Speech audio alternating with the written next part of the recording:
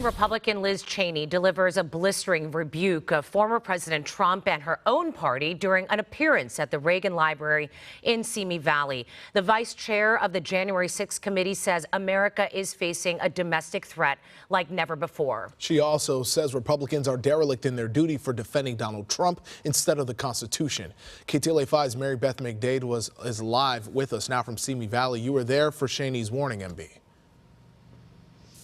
Yes, Pedro and Cher, I was, and Cheney spoke tonight as part of the library's A Time for Choosing series. And tonight she explained why she's choosing the decision she is when it comes to Donald Trump. We have to choose because Republicans cannot both be loyal to Donald Trump and loyal to the Constitution. Republican Representative Liz Cheney told a crowd at the Ronald Reagan Library why Republicans should split from former President Donald Trump. We are confronting a domestic threat that we have never faced before. And that is a former president who is attempting to unravel the foundations of our constitutional republic. She says many Republicans are choosing to take the easier path and not confront him. She then explained why she's choosing a different path as one of only 2 Republicans on the January 6th committee. That I come to this choice as a mother, committed to ensuring that my children and their children can continue to live in an America where the peaceful transfer of power is guaranteed.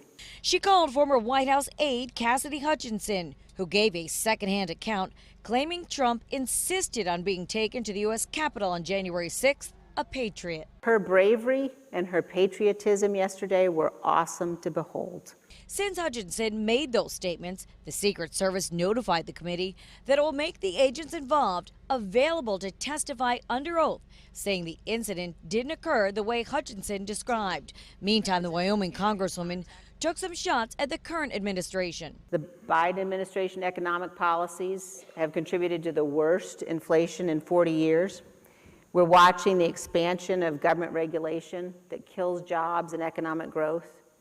And the situation at our southern border is unsustainable.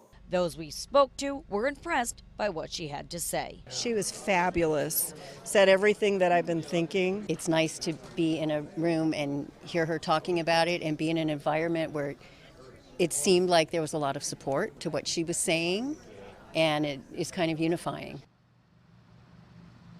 Well, the library staff announced that they feared that there was going to be some sort of disruptions during her speech, and they asked people not to, and there weren't any.